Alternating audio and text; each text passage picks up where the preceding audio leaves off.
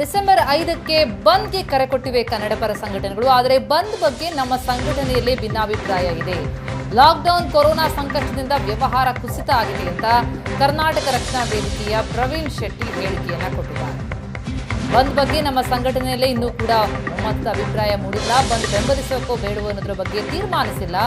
December 2 ಅಥವಾ 3ನೇ ತಾರೀಕು ತೀರ್ಮಾನ ಮಾಡ್ತೇವೆ ಇದಂತ ಕರ್ನಾಟಕ ಬಂದ್ ಬಗ್ಗೆ ಇನ್ನು ಗೊಂದಲ ಇದೆ ಅನ್ನೋದನ್ನು ಸ್ಪಷ್ಟಪಡಿಸಿದ್ದಾರೆ ಪ್ರವೀಣ್ ಶೆಟ್ಟಿ. ಕರ್ನಾಟಕ ರಕ್ಷಣಾ ವೇದಿಕೆಯ ಪ್ರವೀಣ್ ಶೆಟ್ಟಿ ಹೇಳಿಕೆ ಇದು.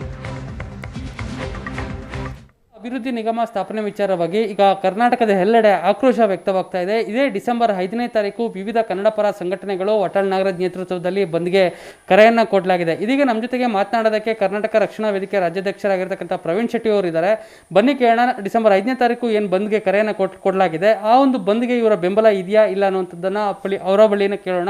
ಸರ್, ಈಗ ರಾಜ್ಯದೆಲ್ಲೆಡೆ ಈಗ ಮರಾಠ ಅಭಿವೃದ್ಧಿ ನಿಗಮ ಸ್ಥಾಪನೆ ವಿಚಾರವಾಗಿ ಸಾಕಷ್ಟು ಆಕ್ರೋಶ ವ್ಯಕ್ತ ಆಗ್ತಾ ಇದೆ. ತಮ್ಮ ಸಂಘಟನೆಯಿಂದ ನೀವು 5ನೇ ತಾರೀಕು ಬೆಂಬಲವನ್ನು ಕೊಡ್ತಾ ಇದ್ದೀರಾ ಬಂದ್ಗೆ?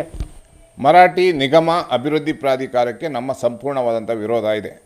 ಮರಾಠಿ ಅಂದ ತಕ್ಷಣ ಮರಾಠಿ ಅಂದರೆ ಒಂದು ಭಾಷೆ, ಅದು ಜಾತಿ ಅಲ್ಲ. ಯಾವ ಜಾತಿಗೆ ಮಾಡ್ತೀರಿ ಮರಾಠಿಯಲ್ಲಿ? ಇದು ನಮ್ಮ ಪ್ರಶ್ನೆ. ಆದರೆ 5ನೇ ತಾರೀಕು ಕರೆದಿರುವಂಥ ಬಂದ್ಗೆ ನಾವಿನ್ನೂ ಬೆಂಬಲವನ್ನು ಸೂಚಿಸಿಲ್ಲ. ನಾವೆಲ್ಲ ನಮ್ಮ ಸಂಘಟನೆಯಲ್ಲಿ ಪರ ವಿರೋಧ ಚರ್ಚೆ ಇದೆ. ಇವತ್ತು ಕೊರೋನಾ ಬಂದು 8 ತಿಂಗಳಾಗಿದೆ. ಅನೇಕ ಉದ್ಯಮಿಗಳಿದ್ದಾರೆ, ಹೋಟೆಲ್ ಉದ್ಯಮಿಗಳಿದ್ದಾರೆ, ಎಲ್ಲರೂ ಸಂಕಷ್ಟದಲ್ಲಿದ್ದಾರೆ. ಆರ್ಥಿಕ ಪರಿಸ್ಥಿತಿ ತುಂಬ ಚೆನ್ನಾಗಿಲ್ಲ.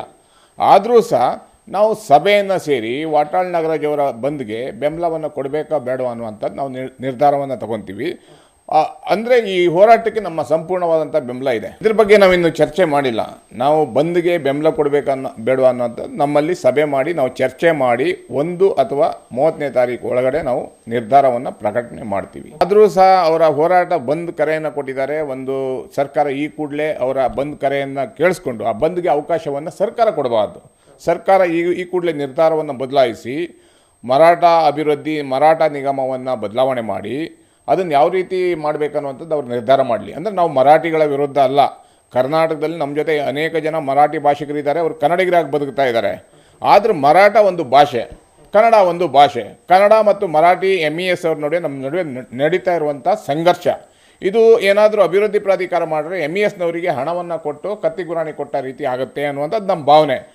ಬಂದ್ ಮಾಡುವಂಥದ್ದು ಇನ್ನೂ ಸಮಯಾವಕಾಶ ಇದೆ. ಇನ್ನು ಸರ್ಕಾರ ಕೇಳಬೇಕಾಗಿದೆ. ಅದರಿಂದ ಏನೇನಾಗುತ್ತೆ ನಾವು ಬೇರೆ ಬೇರೆ ರೀತಿ ಹೋರಾಟ ಮಾಡಿ ಸರ್ಕಾರದ ಮನವನ್ನು ಹೋಲಿಸುವಂಥ ಕೆಲಸವನ್ನು ನಾವು ಮಾಡ್ಬೋದಿತ್ತು.